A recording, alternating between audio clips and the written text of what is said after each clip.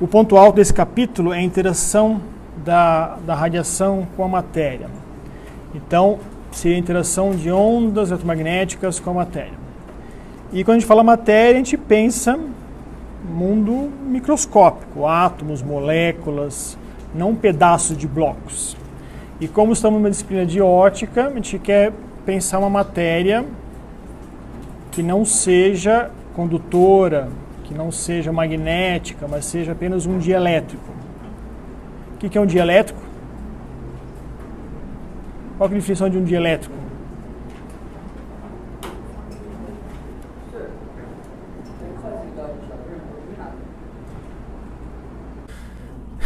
Então, nós queremos estudar meios dielétricos, que seriam supostamente os materiais de interesse para a área de ótica. Tá? A gente quer fugir de meios condutores e fugir também de meios magnéticos. Então, o que a gente vai pensar hoje, quando a gente quer falar hoje sobre a interação da radiação com a matéria, o importante é destacar que se você teve, em torno de 1800, um pouquinho antes, um pouquinho depois, você teve vários pesquisadores, Ampère, Faraday, Gauss, que estudou o quê? Campo elétrico, campo magnético na matéria. O que significa isso? Nível macroscópico somente, mas estudou.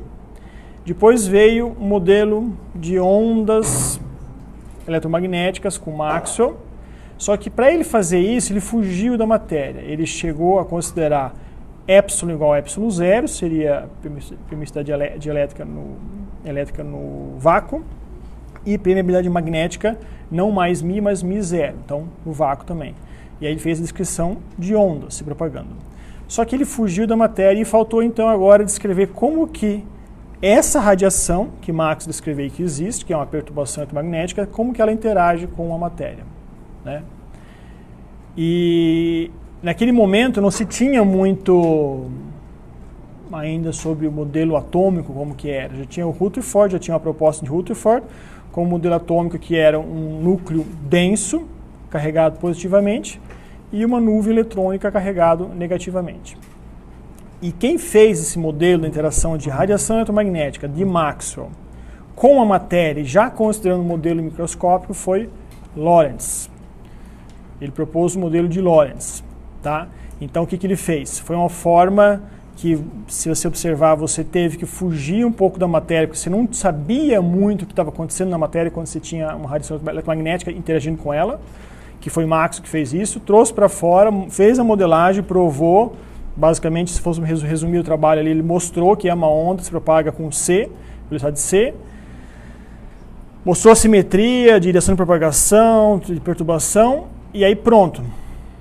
Depois disso chegou Lorentz e voltou novamente para a matéria, mas agora com o modelo atômico de Rutherford. Tá?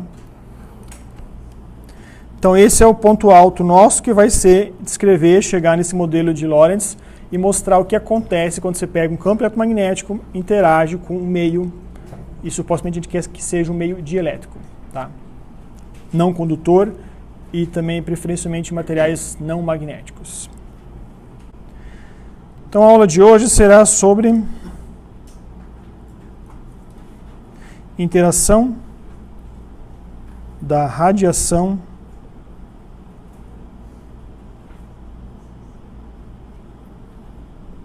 com a matéria. Do que nós já falamos, nós temos o modelo de a lei de indução de Faraday,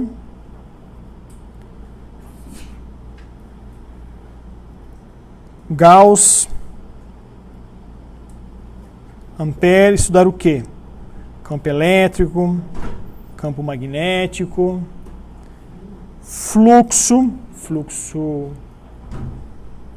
do campo elétrico, fluxo do campo magnético.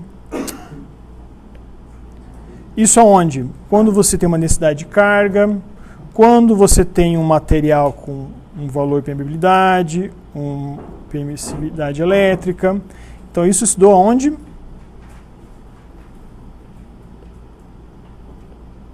Na matéria que eu vou chamar de macro. Para você chegar no modelo de Maxwell,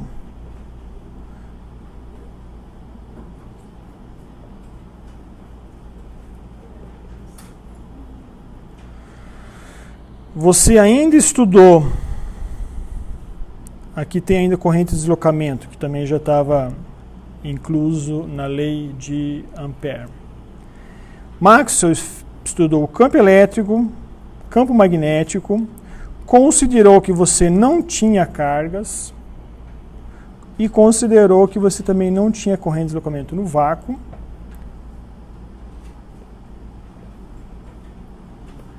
E você considerou que as suas propriedades eram próprias para o vácuo. Tá? Isto foi assim ao longo do século 1800 até 1880, por exemplo. Né? Paralelamente,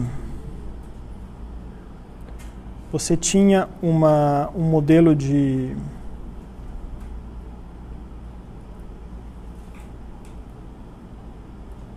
atômico, Rutherford, deve se escrever assim, provavelmente, em que você tinha o que aqui? Também você tinha um estudo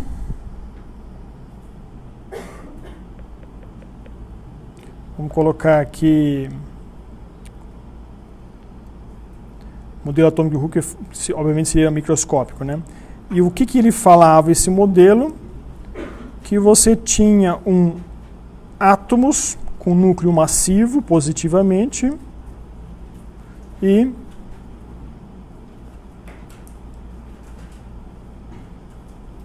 nuvens eletrônicas negativas.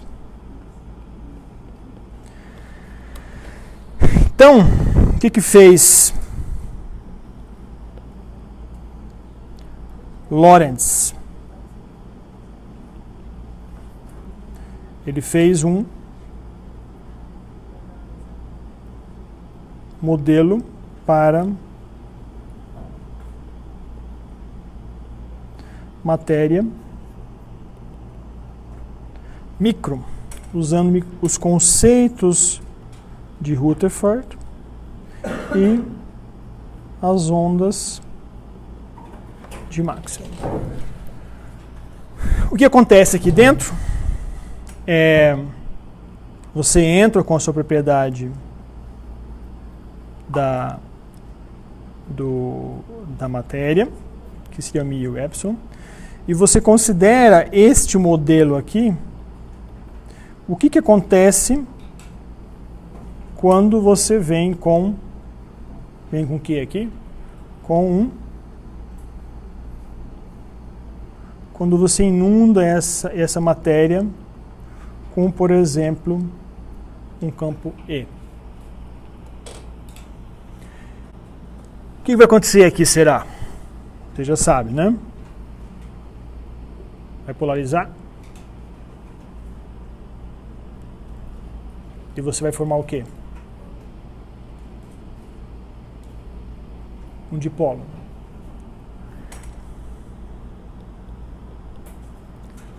Onde que você tem isso no nosso dia a dia aqui?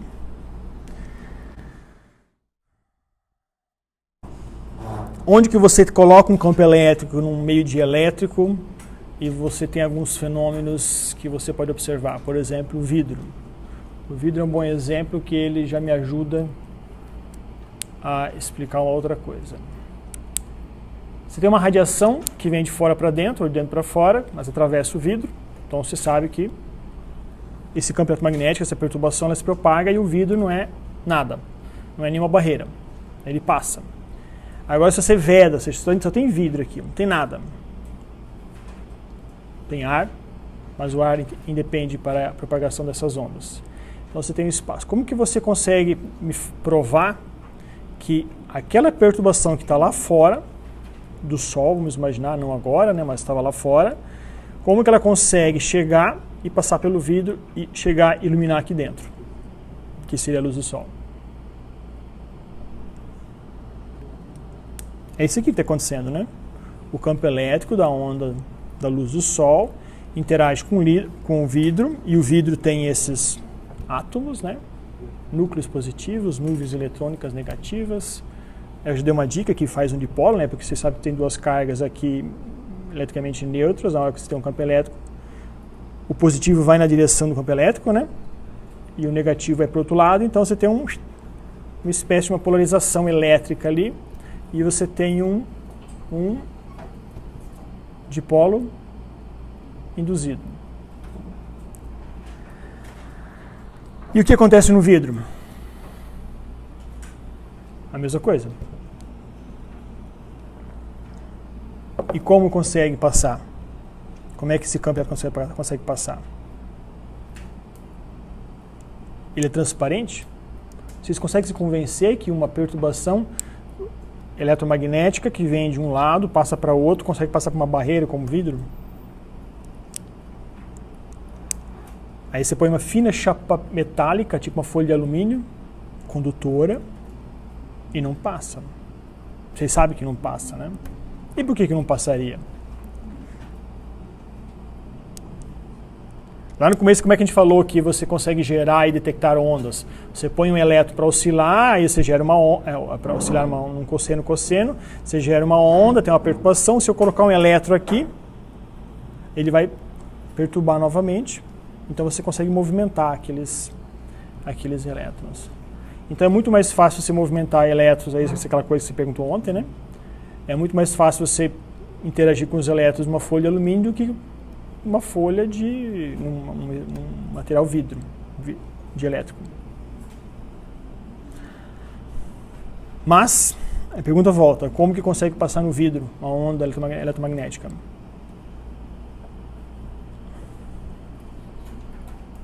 Vamos considerar que estamos lá no 2000 anos antes de Cristo e nada de teorias pré-existentes funcionariam para me explicar.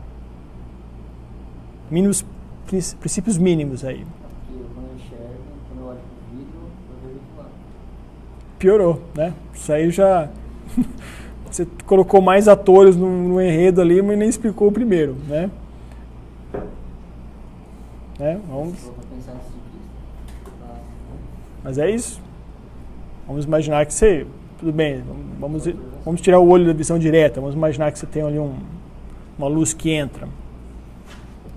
Você nem precisa nem olhar. Você põe a mão lá, está esquentando aqui. Então aqui tem luz. Aqui não tem, aqui tem. Então você faz um sensor mais térmico, não químico.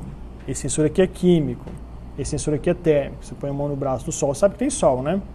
Ou não? Quando isso aqui acontece, isso que você falou, vamos colocar no papel aqui, para um campo E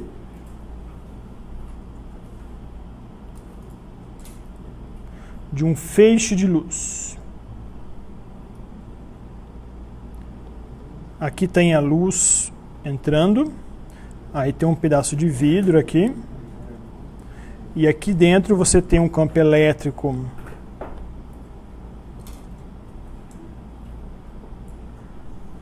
nessa direção. Vamos imaginar que ele só tem uma componente em J, por exemplo.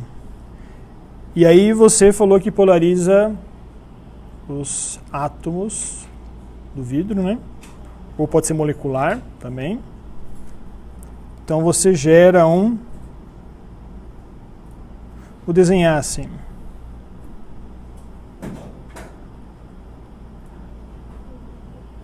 Um dipolo.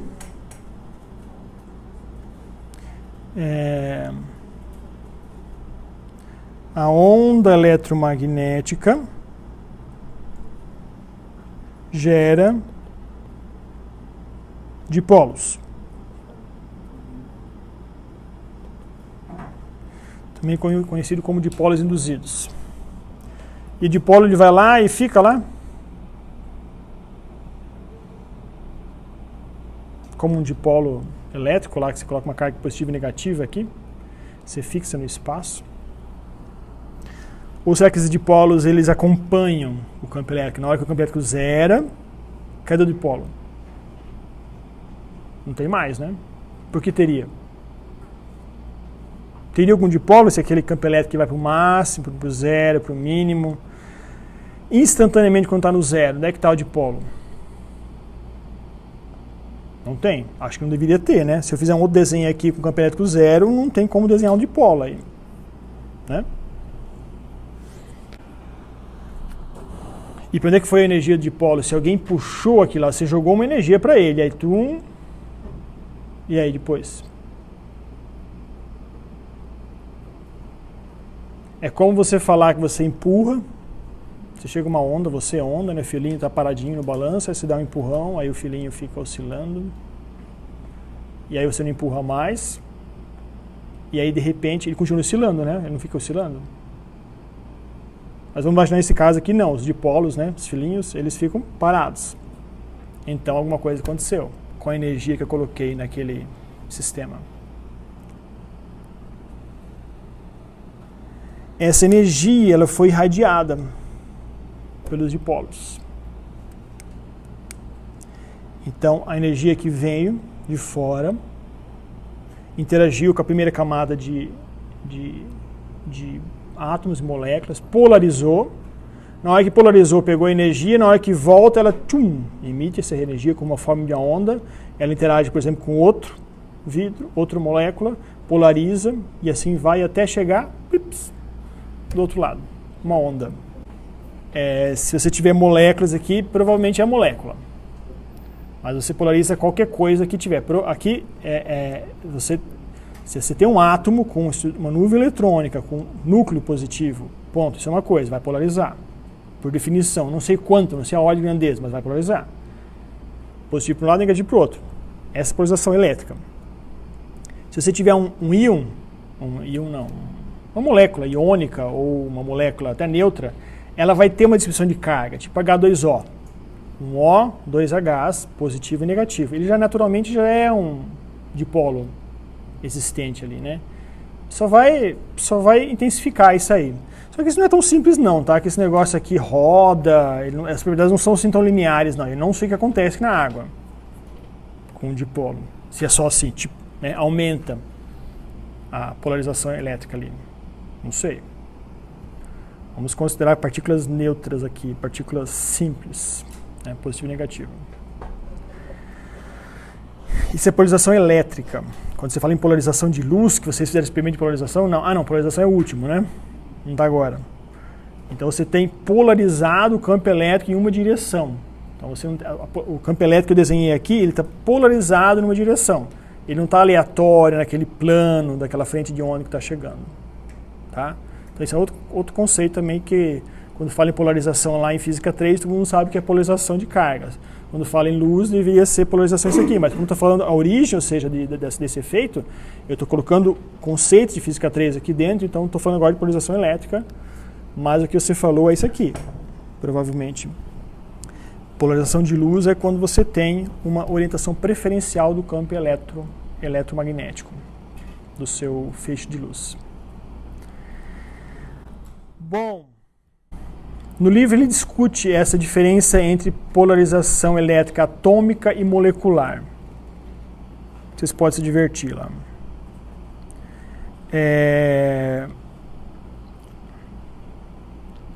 Aí feito isso, você tem agora, imagine agora que você tem uma absorção. Lembra que é o processo de absorção nos átomos, né? Você tem uma nuvem eletrônica, você joga uma radiação, ele transita para outro nível, se aconteceu isso, absorveu. Pode acontecer várias dissipações, mas absorveu. Se absorveu, a luz não passou. Se a luz não passou, não é transparente. Então deve ser um vidro azulado, um vidro avermelhado, um vidro com alguma cor que deixou passar alguma corrente de onda, mas outros não. Então ele tem uma banda de absorção. Se aquele vidro tiver uma banda de absorção, não acontece essa polarização aqui não. Acontece uma transição eletrônica e pronto. O fóton ficou lá, não passou. Se isso aqui acontecer, que essa onda for dispersa,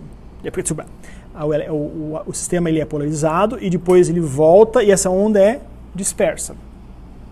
Então não aconteceu absorção. E isso é a dispersão, que a gente vai tratar também nesse capítulo. Você tem um efeito, né, de dispersão dessa radiação que está sendo entrada, que está polarizando e está sendo reemitida pelo átomo. Então você pode, por exemplo, ter uma reemissão não na direção onde que a luz entrou, na mesma direção do K inicial, pode ser um outro K.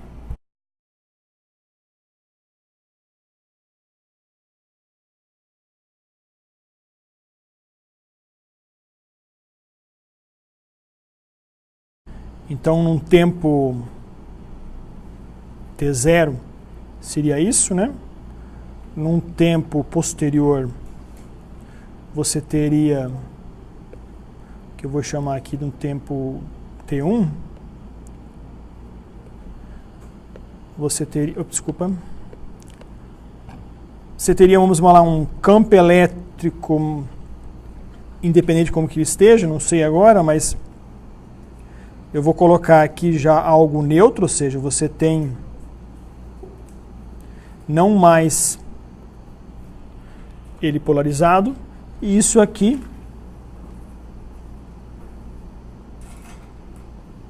você tem o quê? Um K para cá e um K para cá. Você tem aqui o fenômeno de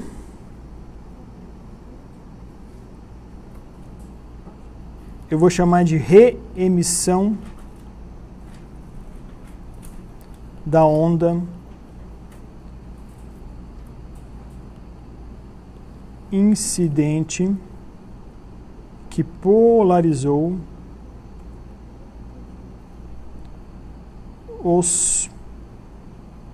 as cargas.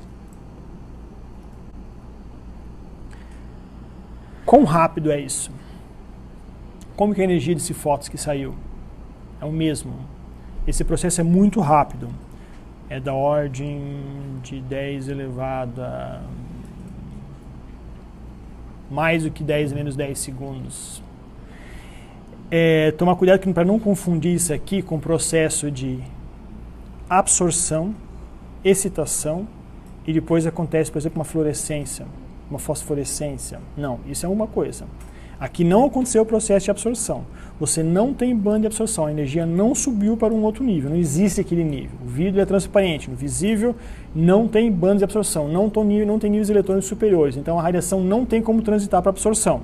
Ela só polariza e é reemitida na sequência. Tá? É uma dispersão sem perda de energia. Elástica. É uma dispersão elástica. Lá na frente pode falar uma dispersão ou espalhamento, também que tem uma troca de termos ali, que aqui eu falei de dispersão, né? Então pensa que você pode, o que é dispersão, né? Em termos de direção, em termos de direção, como que você consegue descrever esse fenômeno aqui? Não é necessariamente a radiação não precisa entrar numa direção e sair na outra, acontece isso no vidro, mas ela pode interagir, pode transitar, não transitar, só polarizar, e pode acontecer a reemissão daquele fóton em outra direção. Então ele espalhou. Então você tem um conceito de espalhamento de luz aqui, que também às vezes é chamado de dispersão. Tem um livro em inglês e português até faz uma nota nesse texto aqui que destaca isso, que algumas edições em português eles consideram dispersão e espalhamento o mesmo fenômeno. Mas vale lembrar que dispersão é um conceito mais amplo e espalhamento está ligado mais com a informação espacial, vamos falar assim, espalhar, o fenômeno de espalhar. Enquanto que dispersão, você tem um conceito que é essas características, ou seja, de como que você consegue polarizar e reemitir em função da frequência. O que é em função da frequência? Em função da frequência da onda incidente. Tá? A gente vai chegar lá também. Eu falei de espalhamento elástico, né? Que você tem uma energia entrando, polariza e emite com a mesma energia. Você pode polarizar isso, não absorver, você pode só polarizar, transitar para um nível que a gente chama virtual, não existe nível eletrônico lá, mas é um nível eletrônico virtual. Parte dessa energia se perde para o átomo e ainda reemitir com uma onda com energia um pouquinho menor. Tá? Quando isso acontece, se chama espalhamento Raman, ou espalhamento inelástico. Agora vamos ficar no conceito de dispersão. Então, quando esta onda eletromagnética interage com a matéria, eu falaria que teríamos dois efeitos. O primeiro, absorção. E o segundo, o que acabamos de explicar aqui em cima, que eu vou chamar de dispersão.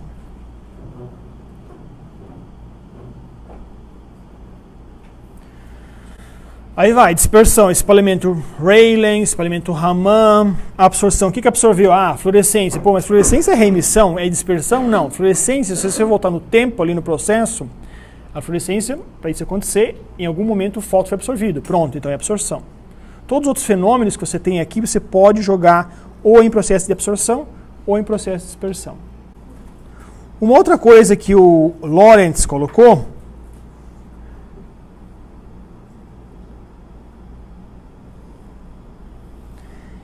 que essas características, esse modelo aqui, veja só, Maxwell, Faraday, Ampère, vocês falaram alguma coisa que as propriedades dielétricas ou magnéticas dependem com a frequência da onda, frequência desses campos? Em nenhum momento se fala isso, né? Se fala? Não. Maxwell também. Se fala que o Mi vale tanto, o Mi0 vale tanto, para tantas frequências, 10 a 15 Hz vale tanto. Não, também não fala. E o modelo atômico também, claro que não. Mas o Lorentz falou não. Este valor, essas propriedades aqui, epsilon e Mi,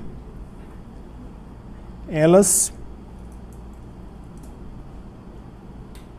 dependem da frequência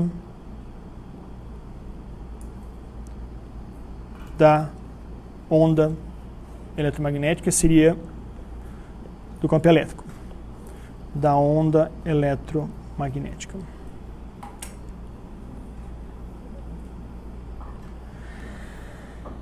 Como que ele associou isso? Se você falar que a velocidade da luz é 1 sobre epsilon 0 mi 0, e a velocidade da luz na matéria é quanto? É o mesmo epsilon mi, mas não mais 0, mas agora o epsilon e mi próprio daquele material.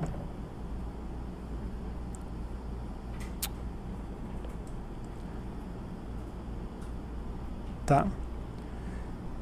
C, velocidade da onda eletromagnética no vácuo. V, velocidade, blá blá blá, na matéria qualquer. Como que é a definição do índice de refração? É definido como a razão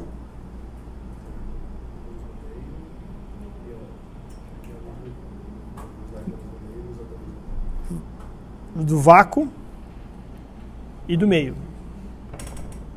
A razão da velocidade da luz no vácuo, que sempre vai ser 3 × 10⁸ menos metros por segundo, e a do meio, que é ligeiramente menor. Ligeiramente menor, não. Menor. Não? Desconfiado.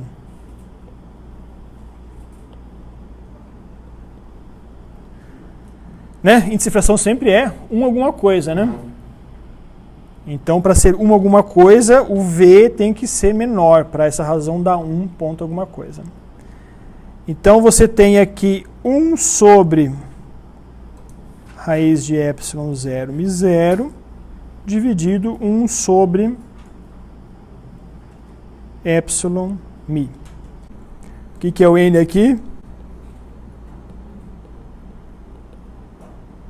Índice. Vida dura, hein?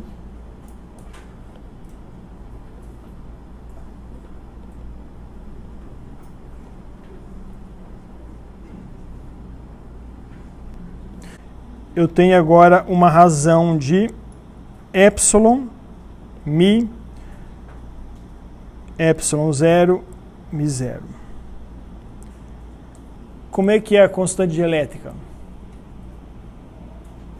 em relação a epsilon? Não é a razão desses dois aí? E a constante magnética?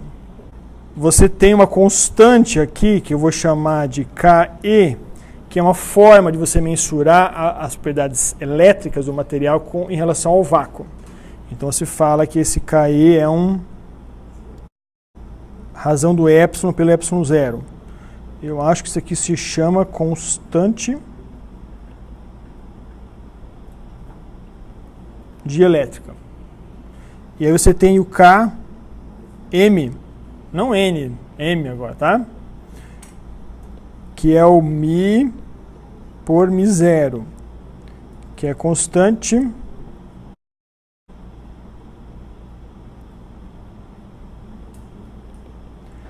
e aí você tem uma outra informação ainda, como nós, na ótica, queremos estudar o quê? Materiais dielétricos.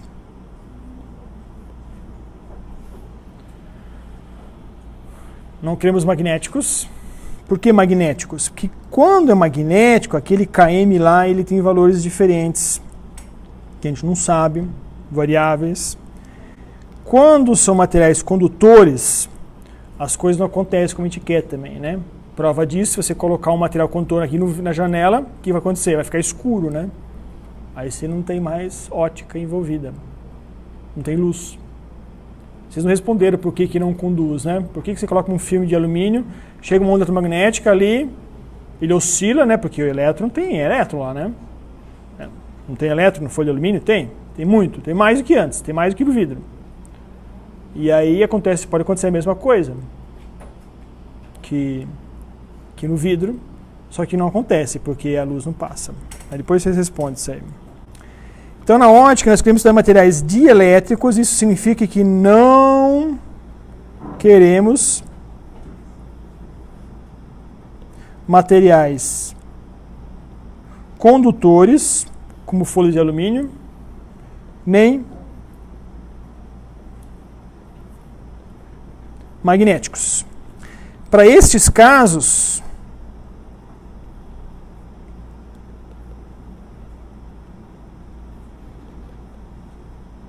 temos que esse Km aqui, ele é aproximadamente 1. E se ele for aproximadamente 1, eu posso falar que o meu índice de refração, ele é a raiz da minha constante dielétrica. E agora, por Lorentz,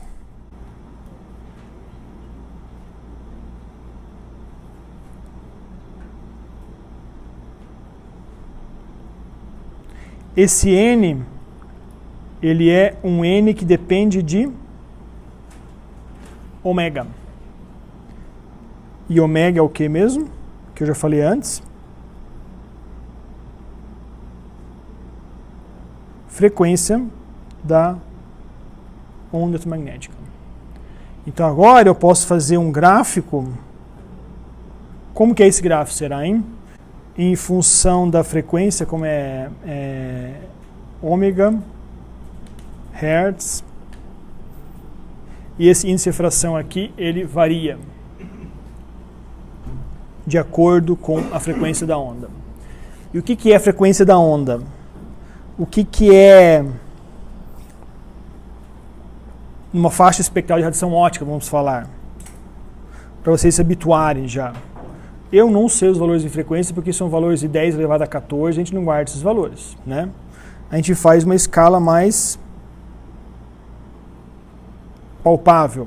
Em que? Número de onda, comprimento de onda. A gente pode falar em comprimento de onda aqui. Nanômetros, aqui é nm, não mn, nm agora, tá? E aí você fala que você tem radiação óptica desde exatamente eu não sei, mas em torno desde 100 nanômetros até 400 nanômetros. E nessa radiação aqui, essa radiação é uma radiação ultra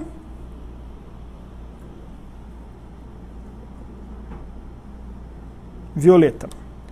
Depois de 400, você tem até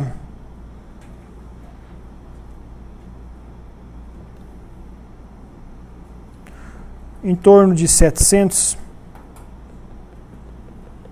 você tem radiação visível. E aí até aqui atrás, eu vou chutar aqui 50 mil nanômetros, mais ou menos, você tem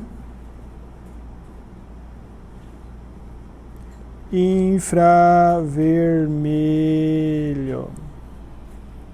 Tudo isso aí.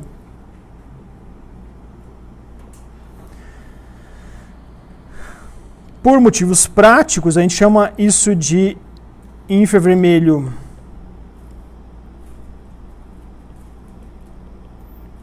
próximo,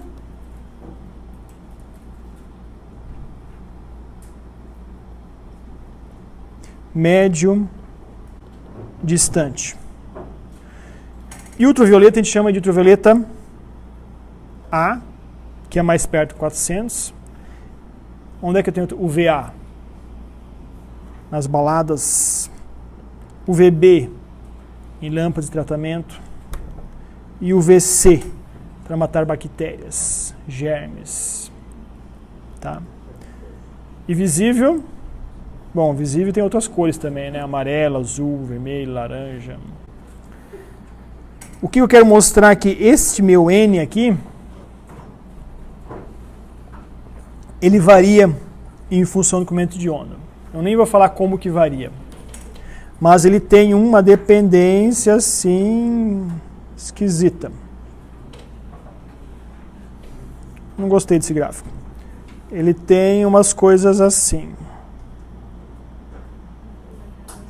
Tá bom. E depois a gente vai mostrar por que tem isso. Então, essa foi a contribuição de Lorentz. Bom, como que é esse modelo do Lorentz?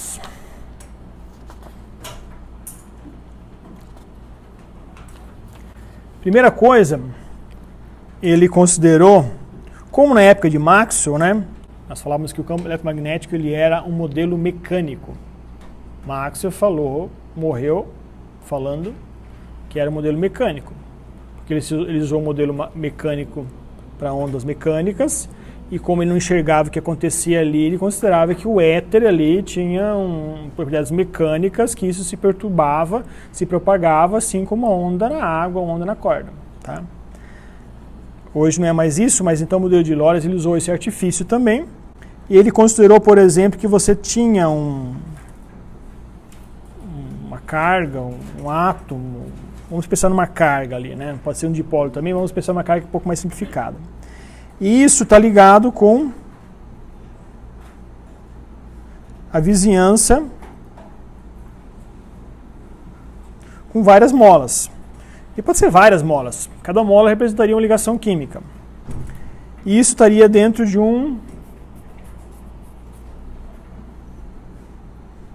na matéria.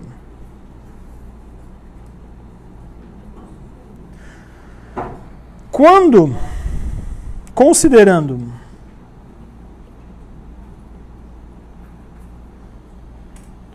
um campo externo e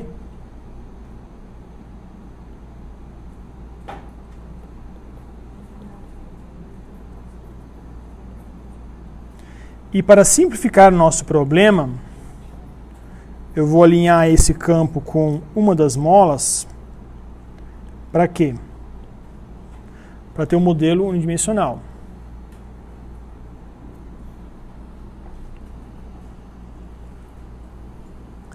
E essas duas molas que eu desenhei eu vou simplificar com uma mola só, tá? Então você está fazendo o que aqui? Você está fazendo uma força, aplicando uma força nesse ponto aqui, que é igual a Q Ezinho. E essa força vai aonde? F aqui. Só que aí você também tem uma força de restituição. Eu vou colocar um F do E, do campo elétrico, e aqui um F da K, mola, igual a Kx.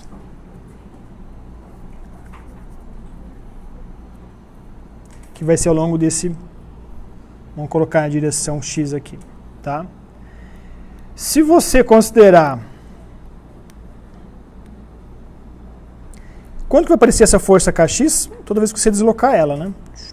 Toda vez que puxar vai ter uma força, que eu desenhei aqui, que você tem aqui uma força, aqui é a força E, e aqui é um FK. Matéria escura aqui, ó. Parte negra. Aqui dentro você tem o que agora? Você tem uma componente que eu vou chamar de o campo elétrico externo. Desculpa, eu não falei, mas aqui polarizou, né? Então você vai ter aqui um dipolo induzido já. Você terá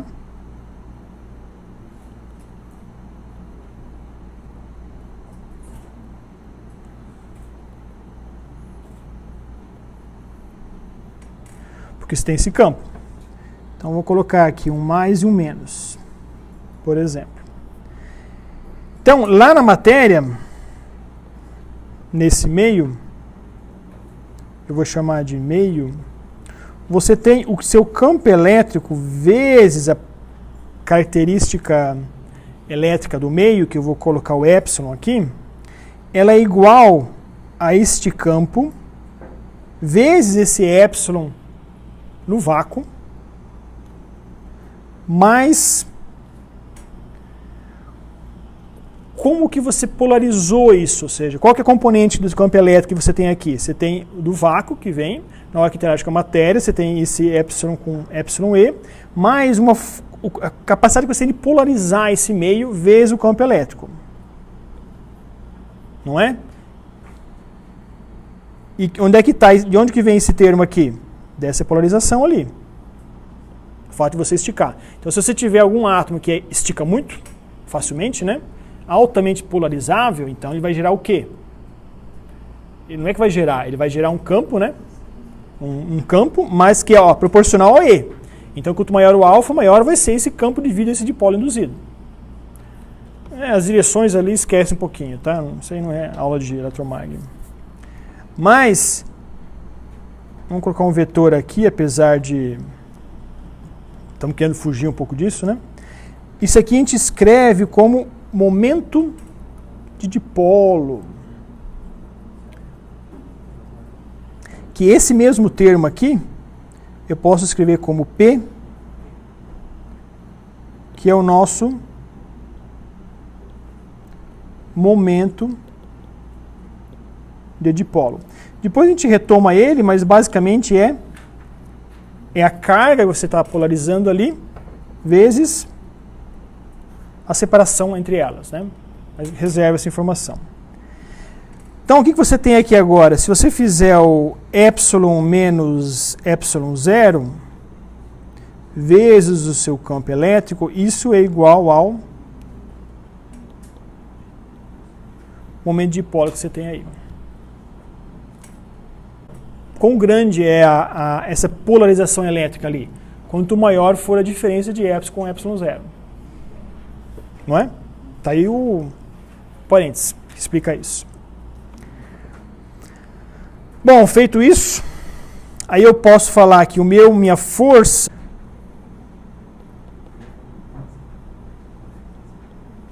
considerando um modelo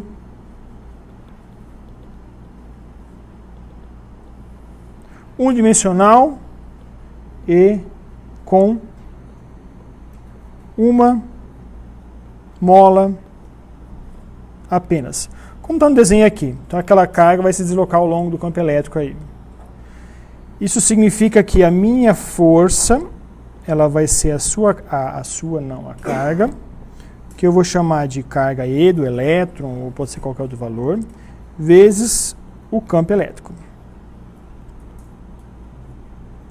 Que eu vou simplificar como um E0, segundo o livro, vezes um, porque eu quero tirar o modelo de Lorentz. Então eu vou esquecer o resto, né, os kx mais o epsilon, deixar só o ômega, porque eu quero chegar não. Eu falei que a contribuição de Lorentz está onde? Pulei. Aqui. Que ele falou que índice de fração é em função de ômega. Se índice de fração é em função de ômega, índice de fração depende das propriedades elétricas, que é o constante de elétrica, é só você tentar buscar uma equação que correlaciona tanto o ômega como as constantes de elétrica. Estão aí as duas equações, né? Epsilon 0, ômega, tá bom? E minha outra força da mola é menos kx. Agora você vai somar essas forças.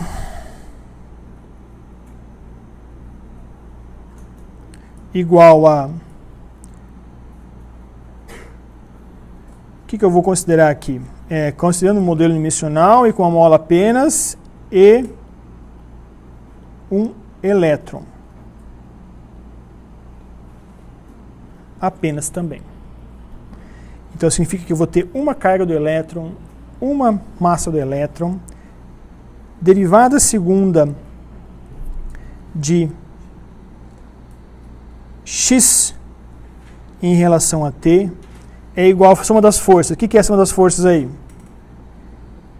Menos kx mais QE E0 cosseno de ômega t.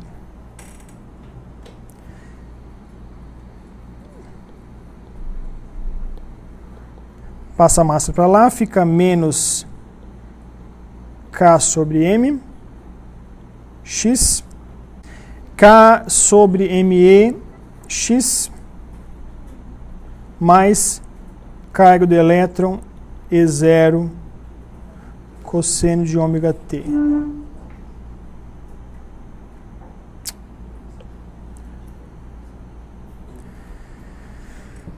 Qual que é a solução dessa equação diferencial?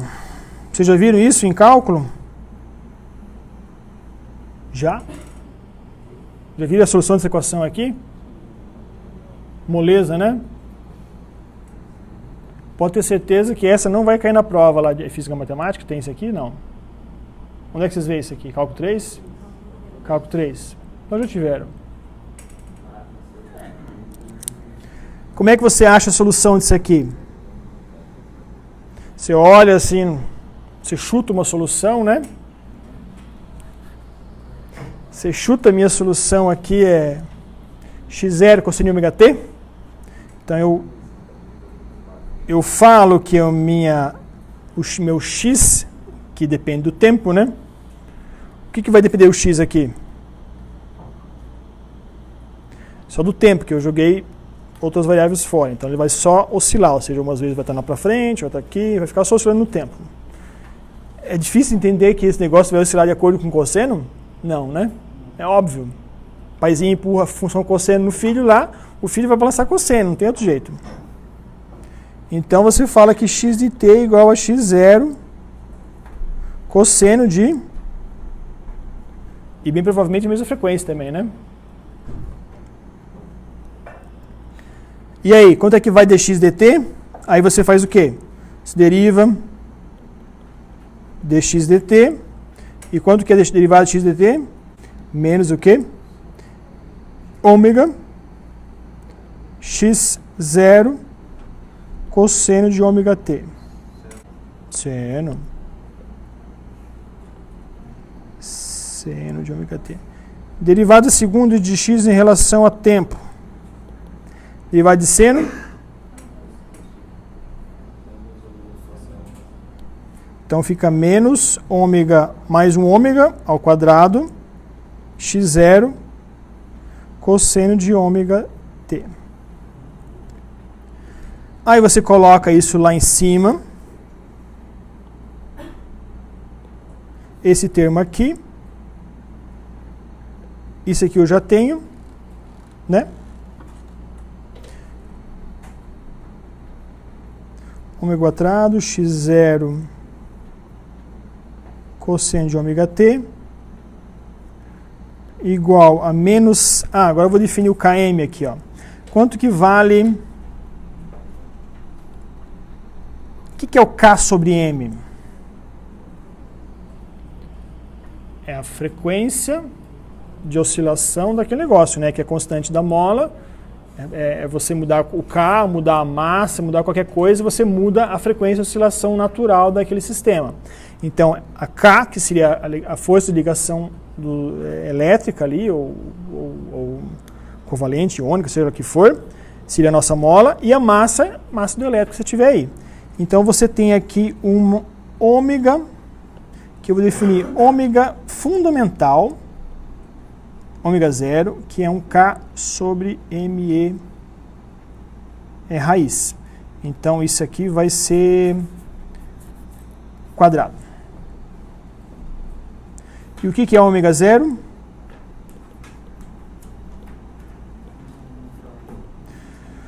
Natural, a melhor coisa, não fundamental.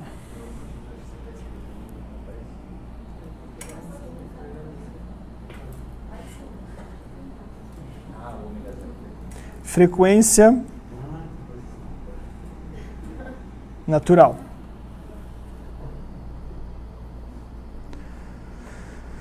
Natural do balanço, né? Se o seu filhinho é gordinho, vai ter outra frequência propícia para balançar. Se o seu filhinho for magrinho, outra frequência. Se o que for... O que é o K aqui em relação ao balanço? É o comprimento do balanço, né? Que se fosse um balanço seria, não seria nem K nem M, né? Seria o G e o L, né? Que dependem da... Então aqui você tem o K e o M, porque é uma ligação sistema massa-mola. Então, em vez de... Por que eu fiz isso? Porque eu preciso dele aqui, né? Menos ômega 0 ao quadrado x. Quanto é que vale x? x0 cosseno de ômega t. Mais QE E0 cosseno de ômega t. O que eu faço com isso aqui?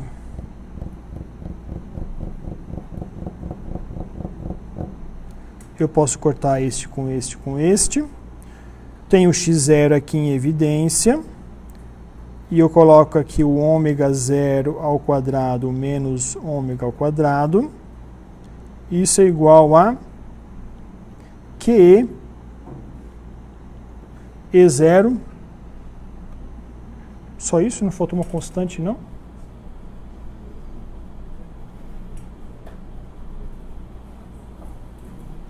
Cadê a massa do negócio aqui? Faltou uma massa aqui.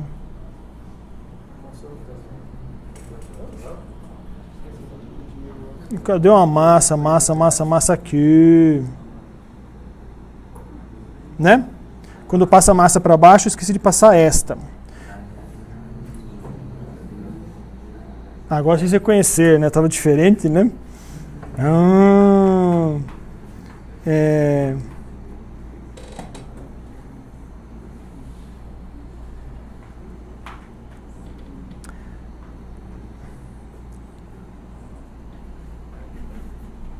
K0, KE, que desculpa, onde é que eu perdi aqui? Massa. X0 é QE elétron sobre a elétron. O que é o E0? E0 é, o E0 é a amplitude, né? Tem um E0 aqui sobre ômega 0 ao quadrado menos ômega. Então agora o seu x de t, que a gente começou com x de t aqui, tá vendo? Este valor aqui. Ele vai ser, o seu x de t vai ser esse x0 aí, né? Que eu vou chamar de carga. Pensa que isso aqui é uma característica do seu sistema. Ômega 0 ao quadrado menos ômega ao quadrado vezes E0 cosseno de ômega t.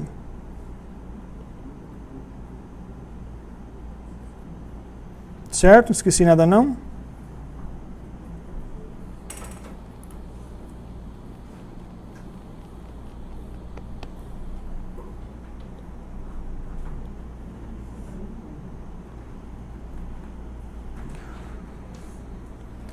O que acontece se eu jogar uma frequência, vocês já perceberam o que acontece com o deslocamento do nosso modelo aqui, se eu jogar uma frequência igual à frequência fundamental?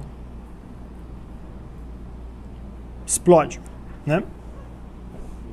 E se explode, significa que o x é muito grande. Se o x é muito grande, ele sai desse nosso modelo aqui, que a gente começou com um modelo de polozinho, esticando, aproximando, né? Então, supostamente já não é mais válido esse modelo, né, assim, nesse ponto, porque é uma singularidade. Mas vocês lembrem que quando isso acontece, você tem o quê? Você tem uma absorção. Pense que você está sendo ressonante com o sistema. A energia que você está jogando está sendo absorvida. Se está sendo absorvida, esse negócio transita, quebra, rompe, faz alguma coisa, menos induzir um dipolo. Agora eu vou escrever aquela equação lá atrás que nós tínhamos já do momento de dipolo, que é a carga vezes a de separação entre eles, e eu vou colocar um N aqui. N elétrons envolvidos. N ou densidade de elétrons, alguma coisa aí. Mas que leve em conta agora o coletivo, né? Se eu colocar ali o D, o que vai ser esse D? X. Então você vai ter um P. Eu vou tirar o vetorzinho aqui.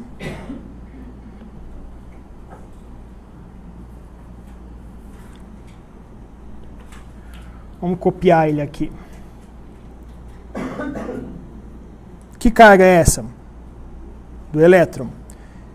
Aqui você tem agora um QE sobre M vezes N sobre esse termo que é a frequência vezes... Isso aqui eu vou colocar aqui, porque eu vou colocar o E0 aqui fora, porque eu já sei o que eu quero. O que eu quero é que isto aqui seja igual ao campo elétrico. E. Campo externo. Campo E aplicado no material. Bom, agora eu vou recuperar aquela outra relação lá atrás, que é o epsilon menos epsilon zero, vezes o campo igual a P. Então, epsilon menos epsilon zero é igual a P sobre E. Então, agora eu tenho epsilon menos epsilon zero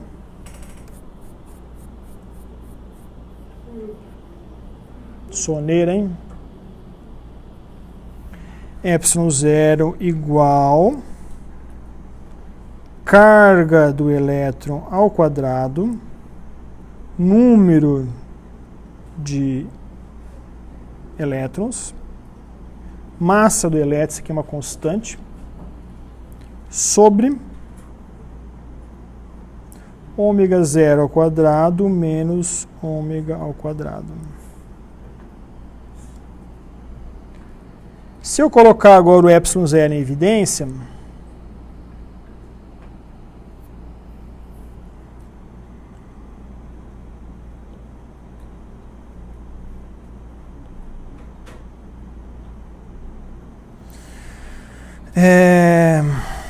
dessa maneira, eu vou ter ainda essa constante ao quadrado n sobre a massa do elétron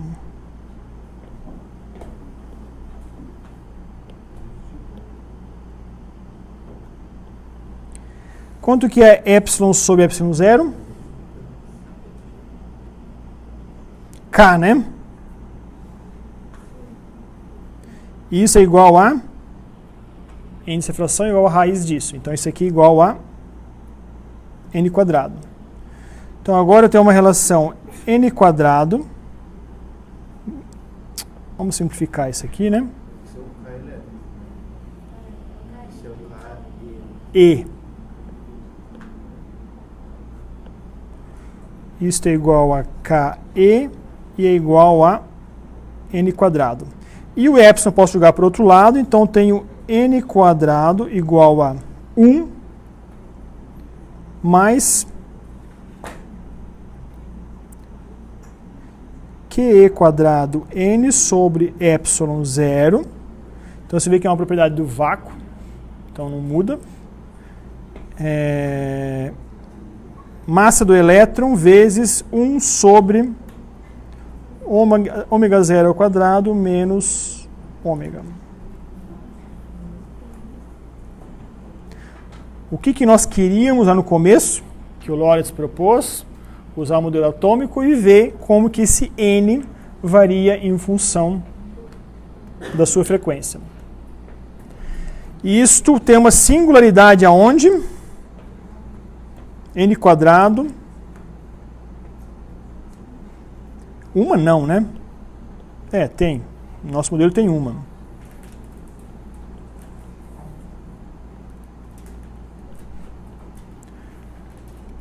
Quando ômega igual à frequência natural daquele sistema. Como vai ser esse gráfico aqui? Vocês conseguem imaginar?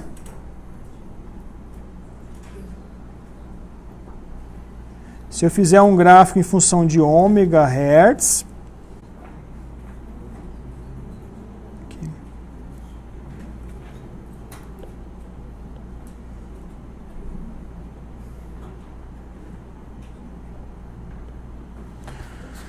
É isso mesmo? O